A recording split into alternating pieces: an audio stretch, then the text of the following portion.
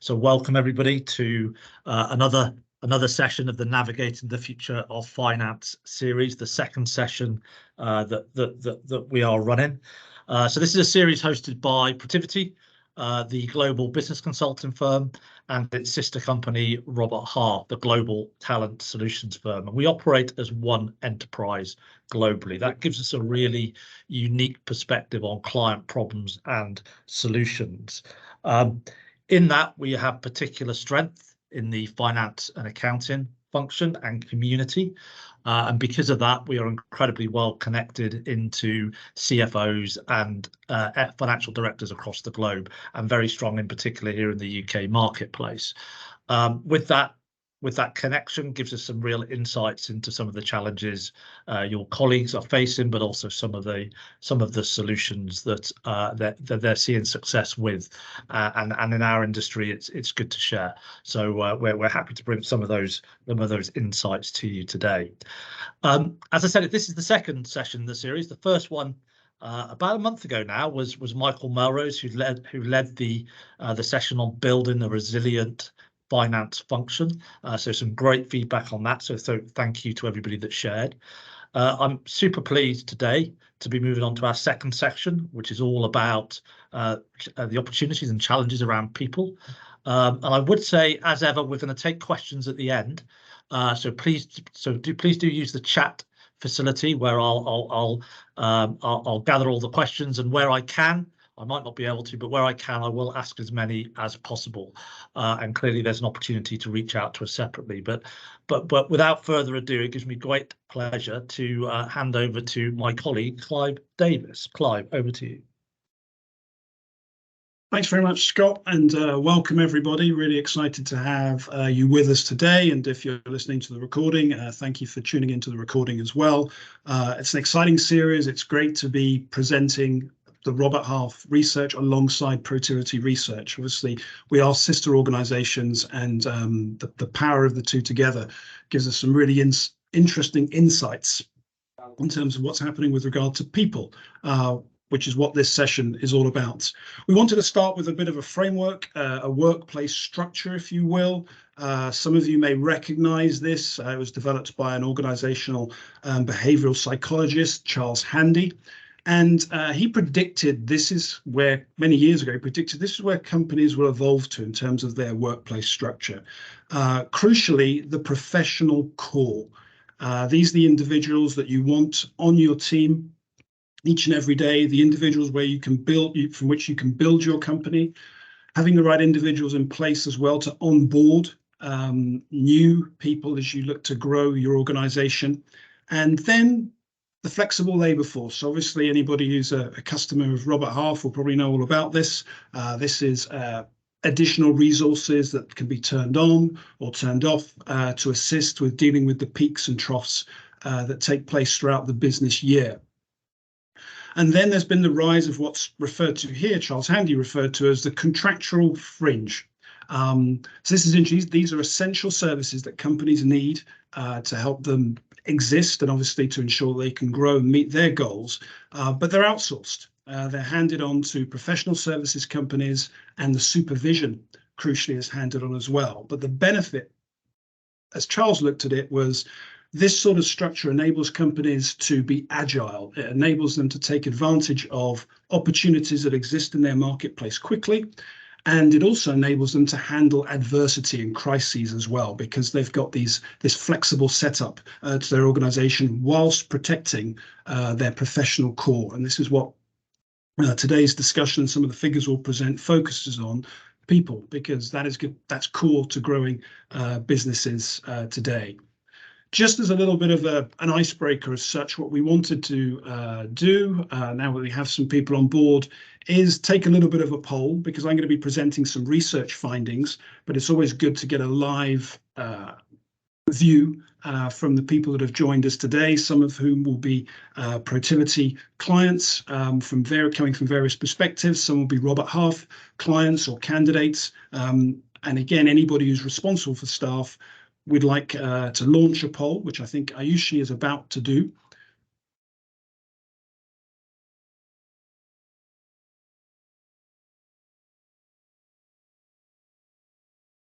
and we'd like you to click on the responses to these questions. So, Scott, I see the main screen. Can you just check is the poll launched? The poll is launched and I can see it, and I've just provided my own feedback and hit the button. That seems to work. So excellent, if people would just go for it. So it should be pretty straightforward. Just click where possible and click on the right response. And this is about your current people priorities today. Attracting talents, improving your employee value proposition. If it's a priority to deal with reducing staff turnover levels, if it's a priority to really secure the approval for unscheduled counter offers to retain key staff, improving pay and benefits, or developing internal talent and succession planning.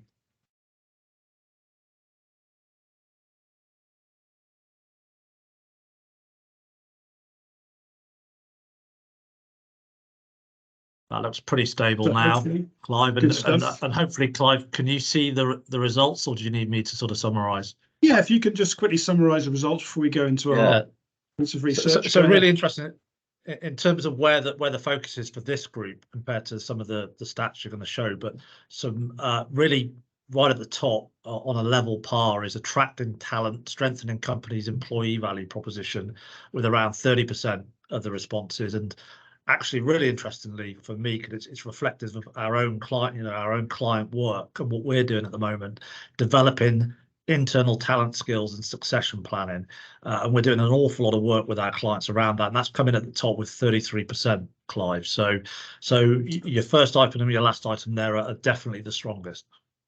Okay, well that's good to know, because there's only so much that can be done with regard to benefits and remuneration. So we'll talk about what characterises that employee experience, that employee value proposition. So I'm very pleased today. I'm going to be pulling some statistics, some data from Protiviti's Global Finance Trends survey. So really excited to share that. That gives feedback taken from CFOs, finance directors, and senior vice presidents of finance. And also the Robert Half salary guide, which is in media launch at the moment. So it's being briefed out to the media. There's been some early calls, I know, with certain organisations, and then the full launch takes place towards the end of this month. So I'm very excited to preview that information. And I would say, because I appreciate we'll have people joining today from HR teams, we'll have people joining, I believe, also who run IT teams. And I'm sure just in this space of the next 20-25 minutes, some of the trends, some of the things we refer to will be of equal value to you, because it is all about that employee experience. So I'll just say, Clive, that go ahead, Scott. The salary guide is essential reading for the consultant sector in Protiviti. Believe me, we're all straight to it to work out what everybody's being paid. Excellent. Okay. All right. So picking up on Protiviti's Global Finance Trends survey, we spoke to CFOs, senior finance leaders, and asked them about their top people concerns. And here's the data that came back. So obviously, an inflationary environment that we have at the moment is no surprise to see the rising cost of wages being a top concern. Coming in straight after that, the ability to retain people and recruit qualified candidates. So what's particularly interesting about this marketplace at the moment is, whilst we do have a tricky economy in place at the moment, oft in times gone by, that could shift power to the employer, if you will. But what we're seeing now is the war for talent continues. There's plenty of positions are available. The ONS surveys in the UK, I think, detail just under a million vacancies at present. So it is a different economy from that point of view, in terms of it's challenging for businesses, but similarly, business continuity is also a challenge, because our senior finance leaders are telling us about their difficulties in terms of retaining and recruiting qualified candidates. Next up, we have building and maintaining culture in a hybrid working model. So probably no surprise to see that there. What companies are telling us, there is challenges are really beginning to hit the line managers, because most organizations have got to some form of structure with regard to their hybrid working model. However, a lot of the day-to-day responsibility sits with the line manager, and line managers may have had great investment in their careers and training over the last 4 or 5 years, but are catching up with regard to how to lead in a hybrid workplace and picking up training there. So again, we see that as that's been reported back as a concern. The resources for recruiting in terms of the materials required to attract individuals and also detail the employee experience is a key concern, getting that message across. The rising costs of benefits have changed over the last couple of years as more organizations move to a hybrid model. There is that much more in terms of, and I'll detail some of them in a couple of slides' time, there's that much more that needs to be spent to make sure that an organization appears attractive and offers the right suite of benefits in today's hybrid working world. Managing staff turnover and obtaining staff buy-in for in-office work comes in at the end then. So these are still picking up high scores, so genuine day-to-day concerns. Companies are telling us that they can't just put things in place. Everything has to be managed day to day and monitored day to day. And if there isn't that form of connection, it does create challenges in terms of creating innovation that takes place typically when individuals do come into the office and can be creative together. So wide suite of concerns there. Clive, what I would add as you flip into the next slide is that last one is one that's has become very pronounced post-COVID, that almost that buy-in by staff to be into the office and having to justify it, and that's causing some real challenges with our clients. So whilst it's at the bottom of the list today, I think we'll see that move up the list. If we were to re-poll the candidates, next year or whenever. So that's certainly a growing risk from my perspective. Thanks, Scott. So let's shift. Okay, so this is brand new data that we've got on the screen now. So let's look at the situation from the view of the employee. So this comes from Robert Half's 2024 salary guide that will be available to everybody probably in about 2-3 weeks' time. But let's look at this. So we spoke to finance and accounting candidates and asked them how they felt about their company's ability to attract skilled talent going into 2024. So these are people in place and just thinking, okay, you're in place. How do you feel about your company's ability to add to that professional core that we touched on earlier? Again, we see remuneration coming out at the top, understandable with the inflationary market or life that we're living in at the moment. But I would caution there that there's only so much that can be done with regard to remuneration, but either you can do it as a company or you can't, or you'll do what you can. And then it's a case of then what? And this is where the employee experience, the employee value proposition really has to mean something for people to stay where they are, so that they will stay with an organization. So let's look at what we've got here. Limited career progression opportunities. So it's good that just in our live poll, we saw numbers that said there is investment there. And sometimes this is about the employee experience in terms of detailing what that is. Often when we speak to companies that are experiencing challenges in this regard, what comes out of it is there's not enough communication of where individuals' work contributes to the success of a company, as a company grows, where they could go within that, and therefore detailing the career progression. It's interesting to see the pace of the hiring process also come up. Very surprising from a employee perspective. This is something you'd expect to hear from recruiters, really. But this is interesting. They are working today in organizations where they know there are vacancies, people to join them on that be part of that professional core, but they're concerned about their company's ability to hire quickly, the pace of that hiring process. So I've not seen that before come up in this form of research, and particularly interesting. Poor work-life balance, and many people thought that wouldn't be a concern now that many organizations have some form of hybrid model in place. But it's interesting, speaking to candidates, there is feedback that sometimes even if they're working remotely, the day starts earlier, it finishes later. There isn't that demarcation, that time where people begin to end their days, the break in the day, even by way of the commute home. So interesting to note that is what's coming out from the employee experience. And linked to that hybrid piece is the lack of flexibility around remote working, which, to Scott's point just before, details that companies are still having to get to grips with the optimum model that works for them, or review their model on a regular basis.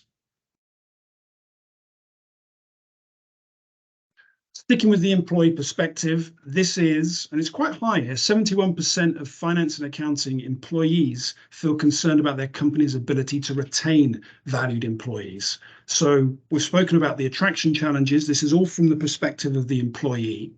And they're concerned about, well, okay, how's my company going to hang on to the people that we want? Heavy workloads comes up right at the top.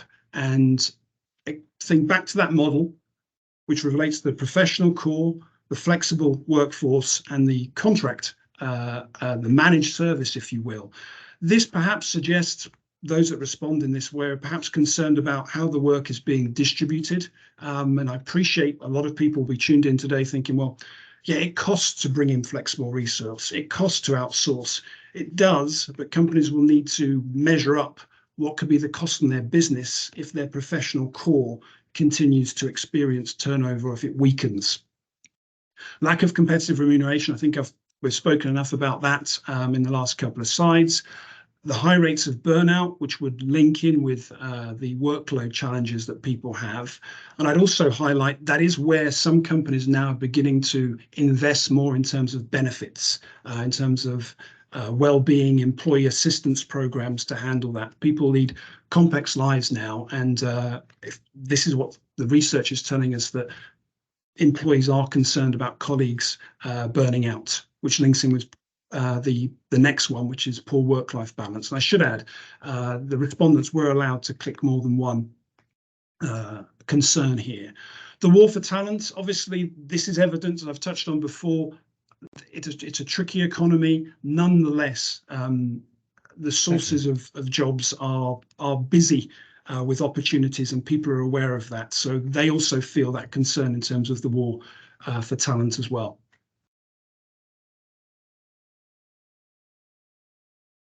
Okay, so we've spoken about a number of concerns. We've seen concerns from the CFO suite, if you will, the finance director suite. We've seen concerns from the employees in terms of how they feel, what they're seeing. So flipping back to Protiviti's Global Finance Trends survey, let's take a look at what some of the tactics that are in place to deal with those concerns. So review of overall staff benefits coming in right at the top, which is good to see, because that can impact workplace culture. That impacts everybody, and there are plenty of benefits. We're all used to things such as pension, healthcare. Healthcare can get deeper with dental. There can be additional time given for individuals to take a day to spend with a charity of their choice, for example. There are cycle to work schemes which can help with individuals' well-being. There is more enhanced, more attractive sabbatical opportunities as well. So share save schemes, even the smaller organizations can incentivize their professional core by enabling to be part of the company in terms of how it grows, be it via a share scheme or sharing in company profits. So that's really interesting to see that right at the top. Flexible work arrangements. So this is good to see, because the research is telling us that employees are concerned here about flexibility and how hybrid works. It's good to see that leadership, if you will, is focused on optimizing that, making that as good as possible for their workers. Plans for individual career growth and upskilling. This is exciting to see. People want to see where their job contributes to the success of a company, how they will be invested in to be more successful and help their company be more successful as it grows. This really is important for improving overall corporate culture, company culture. So that's great to see highlighted there. Compensation and pay adjustments. Go ahead, Scott. I was about to say, can I jump in there? Partly to give you a pause to breath, because I know you've been going for a couple of slides, but partly also because that's a particularly important point for me. The plans around individual career growth and upskilling.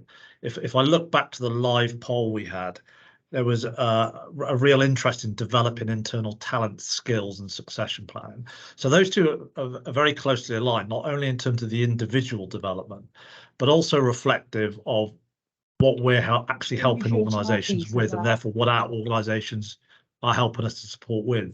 So how do we so it's not about the business consultancy firm coming in and delivering at, an organization. It's about actually, if we're going to build automation into a finance, Protiviti are going function. in now. That's what Protiviti. Can we just go on to mute? So it's not only about the organization us delivering, say, automation solutions into a finance function. The challenge we're being set as a consulting firm is, how do we transfer that knowledge? How do I build capability in my finance function to allow my finance community to build automation skills, analytics skills, technology skills? It's some of the key areas, as well as their normal professional skills. And our clients aren't only asking that from a sustainability perspective, because clearly building that capability internally is important from that, but also because they really recognise the need to retain talent. The graduates, the ACA candidates, the post-qualifieds, they're looking for organisations that allow them to develop and build skills. It's a clear part of the attraction of a company. Your second poll point, that's a key part of the retention strategy. So looking to build skills. Also hugely encouraged to see, because a lot of our clients are asking us about, well, what is our people experience about? What do they actually experience? A lot of organisations are very focused on recruitment and onboarding, and then they sort of forget that there's an ongoing, employee experience to understand and quantify and assess in some way. So for me, Clive, I just wanted to jump in on that number 3, because it aligns very, very strongly with the internal poll from the community that we've got on the call. Good to see. Thanks for that, Scott. We spoke about compensation. There are more, with reference to the bonus piece, there are more interesting bonus routes being taken by companies now, be they one-off thank you bonuses, be they specific performance bonuses that are shared across wider groups within an organisation. I think the next one's particularly interesting as well, and this is increased participation in key management decisions. So that's what leadership that we've polled are looking to give their employees, which is really, really important. This really is core to creating a strong employee experience. Individuals want to know they have a voice and that they will be listened to. And some of the things we're seeing take place, there were probably a few years ago, there were the prevalence of once-a-year surveys begun to come into play with many, many organizations. What we're seeing now, and the feedback we're getting for a lot of the leaders in finance, is their companies are doing more pulse surveys, which is asking fewer questions, but more frequently throughout the year. And that's giving them an opportunity to take a pulse of exactly where they're at, take live feedback, and then make a change. And it's important that organizations detail those changes and how they've been based upon feedback taken from their employees. So that is really, really cool to a good employee experience.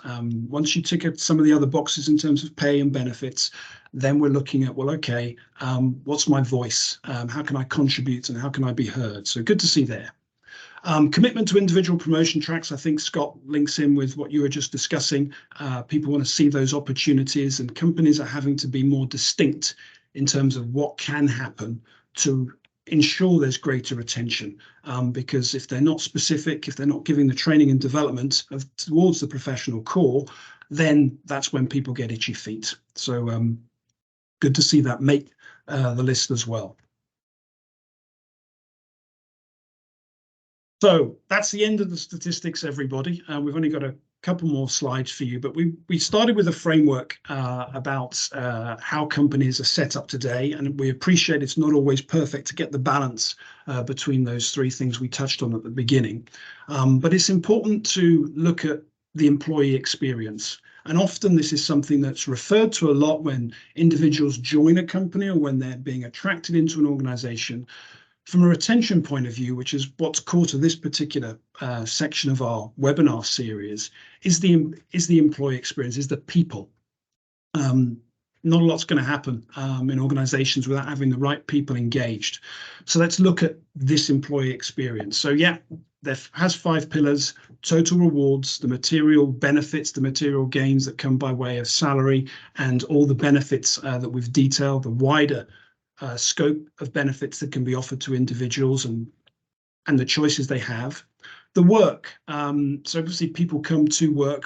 What we mean by this particular pillar is, how the work gets done, where the work gets done, and when the work gets done. So we have seen organizations become more dynamic there, perhaps having condensed hours in a particular part of the week.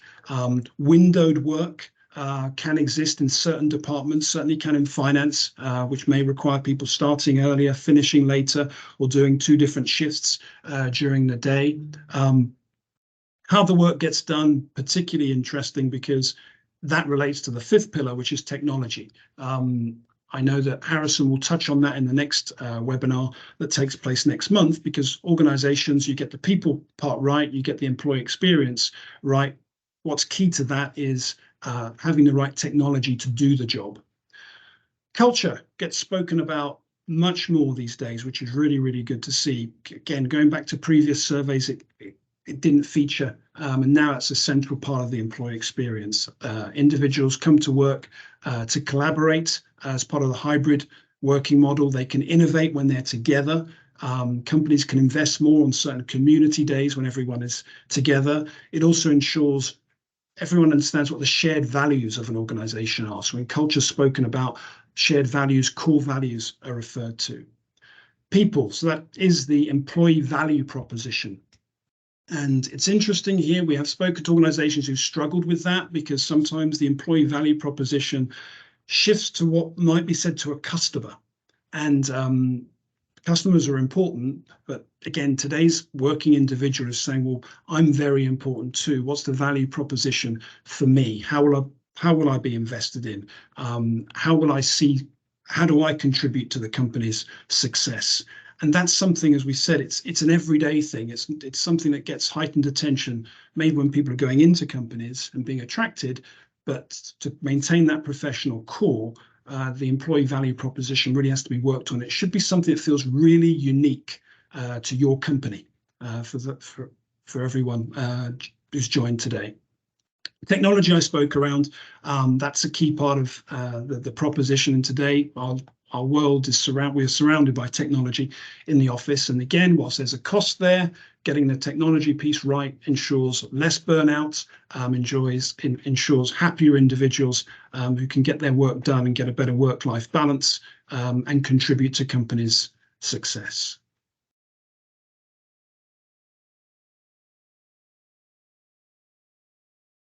So Scott, I'm just going to wrap up with a promotion of the salary guide and the Global Finance Trend Survey.